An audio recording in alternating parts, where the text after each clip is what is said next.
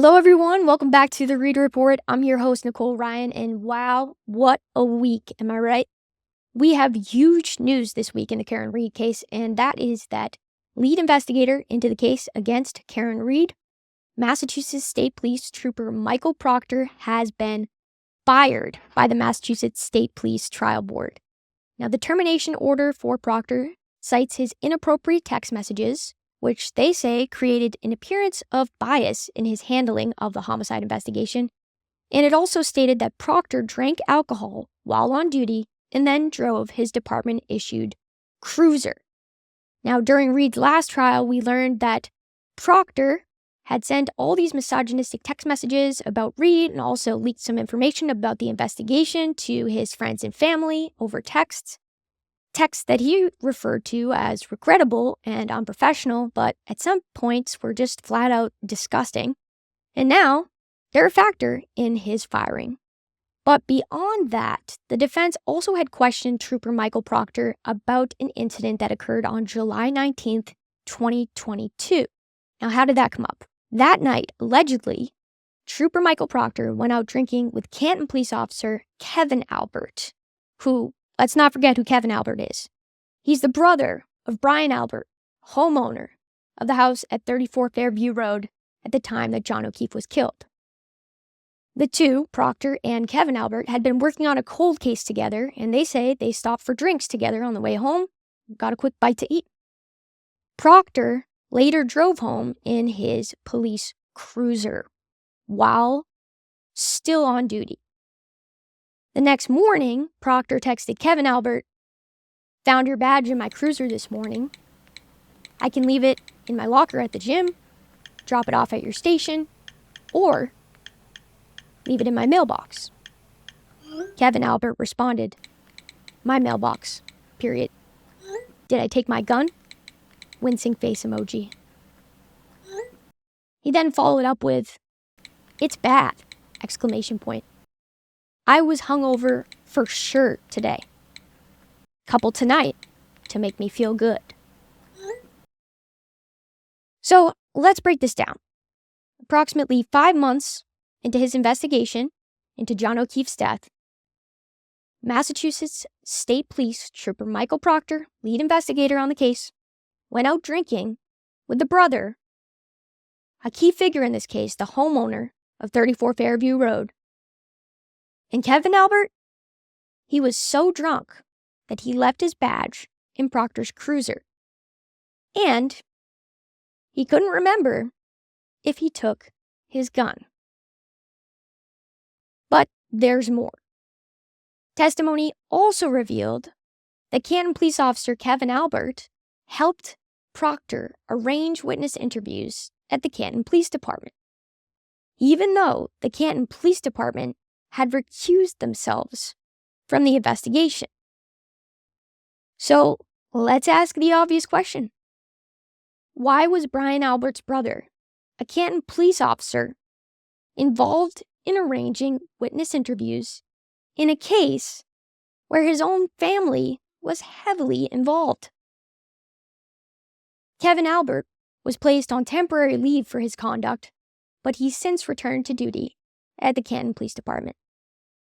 Meanwhile, Proctor, on the other hand, had been suspended without pay, pending an internal investigation, and now he's out, fired for his texts and his behavior, and misconduct while on duty. But that's not the only big development this week.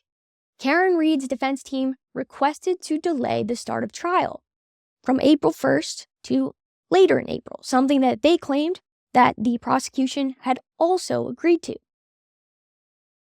They stated that they needed to wait for the results of their appeal on Karen Reed's double jeopardy claims. Karen Reed's defense attorneys argued that if 2 of Reed's charges are thrown out on an appeal, it could completely jeopardize the case. If you recall, a federal judge had ruled that Karen Reed could be retried on all 3 charges because even though the jurors said that they were unanimously in favor of an acquittal on 2 of the 3 charges, they still declared that because the charges weren't declared in open court, she could still be retried on all the 3 charges. But now Karen Reed's defense team has appealed that. So we'll see what happens with that. But Judge Canton has denied the request to delay the start of trial, citing that the jury selection is already underway and it's set to begin the week of April 1st, and it will likely take some time to find a solid, impartial jury for this case. She did, however, leave the door open, saying that if a jury is seated by April 25th, she'll revisit the issue with Reed's defense team. And then there is the issue of ARCCA, the accident reconstruction firm. Judge Canton gave the defense a firm slap on the wrist this week for how they misrepresented their relationship with ARCCA. Canton scolded Reed's defense team, but said that Reed could ultimately continue with her current team. She said that the defense attorneys had deliberately misled the court about their relationship with ARCCA, the two expert witnesses who testified at Karen Reed's last trial. But get this, ultimately, Reed is allowed to continue with all of her attorneys, and the judge says she's still going to allow ARCCA to testify. But it didn't end there. Tensions rose as the defense and the prosecution clashed over whether or not jurors should be allowed to know that ARCCA was originally hired by the Department of Justice as part of the federal investigation into John O'Keefe's death. In the last trial, as you may recall, the jurors were not allowed to know who hired ARCCA, only that it was a third party. But as we later learned, even though jurors were strictly told don't speculate, they speculated anyways. Some even believed that Karen Reed's defense team or an insurance company had hired ARCCA.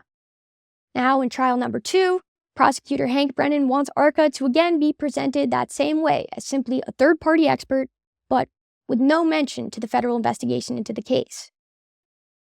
Brennan also made another claim that there's some relationship between Reed's defense team and the U.S. Attorney's Office.